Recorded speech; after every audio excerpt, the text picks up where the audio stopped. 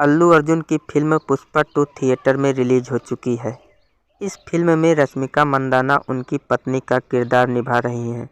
अल्लू अर्जुन की पुष्पा 2 कैसी है, क्या इसे थिएटर में जाकर देखना चाहिए? ये जानने के लिए ये वीडियो देखना बहुत ज़रूरी है। पुष्पा अल्लू अर्जुन की वो फिल्म थी जिसे देखने के बाद राजेश खन्ना के पुष्पा आई हेट डियर्स जैसे एवरग्रीन डायलॉग को भी हमने भुला दिया। इस फिल्म के रिलीज होने के बाद से अब तक भारत का बच्चा बच्चा पुष्पा नाम समझकर फ्लावर समझे क्या, फायर है मैं, जैसा ये डायलॉग बड़े शौक के साथ ही बोला जाता है। 3 साल पहले रिलीज हुई पुष्पा द राइज ने अपनी सफलता से बॉलीवुड को बहुत बड़ा सबक सिखाया था। इस फिल्म ने आंख बंद कर हॉलीवुड ट्रेंड फॉलो करने वाली हिंदी फिल्मी इंडस्ट्री को बताया था कि वो आम लोगों के लिए फिल्में बनाना भूल गए हैं। पुष्पा द राइज ने मुझे उस एंग्री यंग मैन हीरो से मिलाया जो हिंदी फिल्मों से गुम हो गए थे। अब जिसे पुष्पा द राइज पसंद आई हो उसका पुष्पा द रूल देखना तो बनता है।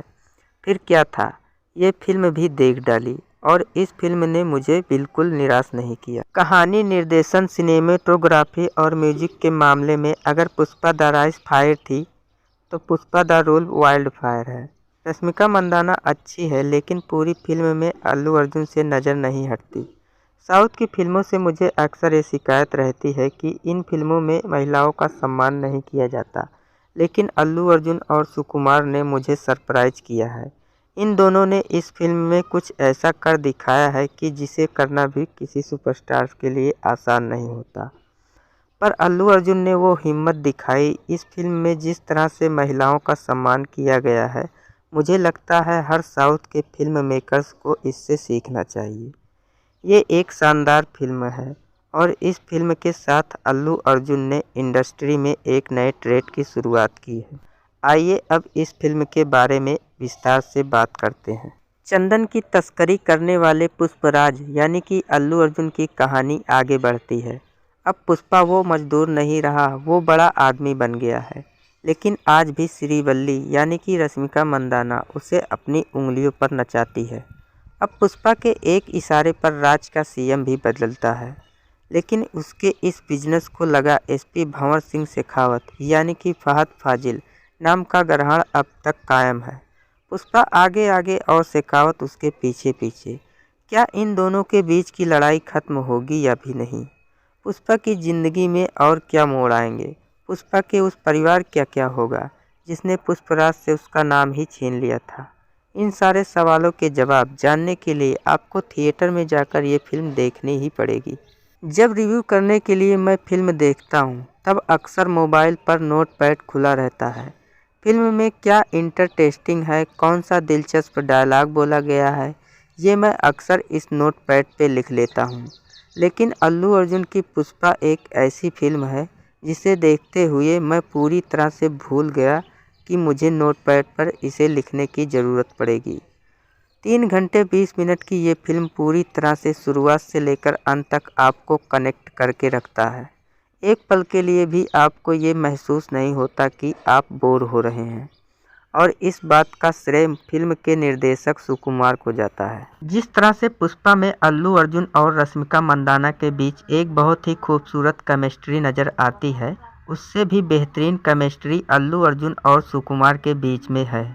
फ़र्क सिर्फ इतना है कि इसे हम देख तो नहीं सकते, लेकिन फिर भी इस फिल्म को देखते हुए महसूस कर सकते हैं। इस फिल्म के हर फ्रेम में एक नई सोच दिखाई देती है और ये नई सोच पुष्पा 2 के हर सीन को खास बना देती है। उदाहरण के तौर पर बात की जाए तो फिल्म में एक सीन है जहां पुष्पा के 200 से ज़्यादा साथियों को शेखावत पकड़ लेता है। अब हम उम्मीद करते हैं कि सिंघम अगेन में जिस तरह से अल्लू अर्जुन पुलिस थाने में आए थे और उन्होंने सभी पुलिस वालों को मार गिराकर अपने साथियों को छुड़ाया था, ठीक वैसे ही पुष्पा भी करेगा। लेकिन वो जो करता है वो आपने कभी सोचा ही नहीं होगा।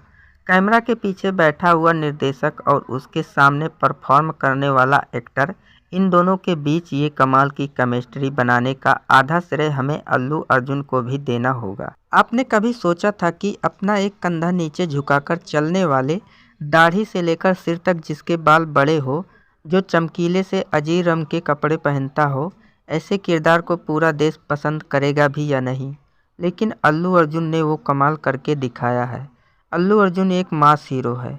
असल ज़िंदगी में हो या फिल्मों में, हमेशा उन्हें एक स्टाइलिश लुक में देखा गया है। लेकिन पुष्पा में उन्होंने अपनी इमेज या लुक की परवाह ना करते हुए अपने परफॉर्मेंस पर ध्यान दिया है। पुष्पा 2 अल्लू अर्जुन के करियर की अब तक की बेस्ट फिल्म है। फिल्म के ट्रेलर और पोस्टर में उन्हें साड़ी पहनकर काली मां के अवतार में देखा गया था। ये लुक सिर्फ लोगों का ध्यान अपनी तरफ खींचने के लिए नहीं है, इसके पीछे एक क्रांतिकारी सोच है। और साड़ी पहनकर अल्लू अर्जुन ने जो परफॉर्मेंस दी है, उसे ये फिल्म देखने वाले लंबे समय तक भूल नहीं पाएंगे। रोहित शेट्टी की गोलमाल में अरशद वारसी, अजय देवगन ने भी औरतों के कपड़े पहने थे। रितेश देशमुख, सैफ अली खान ने भी अपनी फिल्म में महिला बनकर सीन परफॉर्मेंस किया था। लेकिन अक्सर हिंदी फिल्मों में एक्टर का लड़की बनना कॉमेडी के लिए इस्तेमाल किया जाता है। लेकिन अल्लू अर्जुन ने साड़ी पहनकर जो सीन दिए हैं, उसे देखते हुए लग रहा है कि उन्होंने फिल्म इंडस्ट्री में एक नया ट्रेंड शुरू कर दिया है। श्रीवल्ली के किरदार में रश्मिका मंदाना ने जान डाल दी है। पुष्पा के पार्ट 1 में उनके होने ना होने से ज़्यादा फर्क नहीं पड़ा था, लेकिन पुष्पा 2 में रश्मिका ये बता देती है कि उनका इस फिल्म में होना क्यों ज़रूरी है। फहद फाजिल भी अच्छे हैं, लेकिन इस बार उनके किरदार को कॉमेडी का तड़का लगाकर पेश कर दिया गया था। पुष्पा 2 की और एक खास बात है, इस फिल्म की डबिंग और बैकग्राउंड म्यूजिक। श्रेय तलपड़े की आवाज़ पुष्पा के किरदार को पूरा न्याय देती है। फिल्म के गाने याद नहीं रहते, लेकिन बैकग्राउंड म्यूजिक पर खास मेहनत की गई है।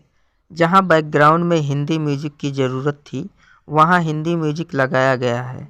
अक्सर पैन इंडिया फिल्म बनाने में दिलचस्पी रखने वाले साउथ के मेकर्स इस छोटी सी बात को भूल जाते हैं। पुष्पा 1 की कहानी कुछ लोगों को पसंद नहीं आई थी। पुष्पा के मेकर्स ने ये फीडबैक सीरियसली लिया और उन्होंने अपनी कहानी पर काम किया।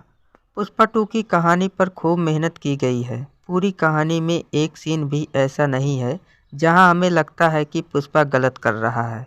फिल्म में हिंसा भी है, लेकिन संदीप रेड्डी वांगा और रणबीर कपूर के एनिमल की तरह बिना सोचे समझे की जाने वाली हिंसा इस फिल्म में नहीं है। पुष्पा 2 में वायलेंस तो है, लेकिन ये वायलेंस अपने आप को जस्टिफाई करता है। जहां एनिमल का वायलेंस देख आंखें बंद करने का मन करता है, वहां पुष्पा की हिंसा देखकर हम तालियां बजाते हुए कहते हैं कि और मारो ताली। इस फिल्म में पुष्पा के बारे में जो बात सबसे अच्छी लगी वो है उसकी पत्नी और बाकी महिलाओं के लिए सम्मान। पुष्पा 2 का ये हीरो महिलाओं के सामने आंसू बहाने को अपनी कमजोरी नहीं समझता। कभी कभी वो बैक फुट पर जाकर अपनी बीवी को अपने पक्ष में बोलने का मौका देता है। उसके लिए जितनी खुद की खुशी ज़रूरी है, उतनी ही बीवी की भी। देखने के लिए ये बहुत छोटे से सीन है, लेकिन ये साउथ सिनेमा की बदली हुई सोच दिखाता है और ये बदलाव अच्छा लगता है। पुष्पा के एक्शन सीन का निर्देशन भी कमाल का है। हर एक्शन सीन एक खास तरीके से डिजाइन किया गया है। इसे देखने के बाद ऐसे लगता है कि इसे हम पहली बार देख रहे हैं। इस फिल्म को थिएटर में देखना एक शानदार एक्सपीरियंस होगा। 100 बात की एक बात, पुष्पा पहली एंट्री पर इतना बवाल नहीं करता जितना दूसरी एंट्री पर करता है। तो थिएटर में पुष्पा की दूसरी एंट्री हो चुकी है और उसने क्या बवाल किया है, ये जानने के लिए आपको थिएटर जाकर ये फिल्म देखना ही पड़ेगा।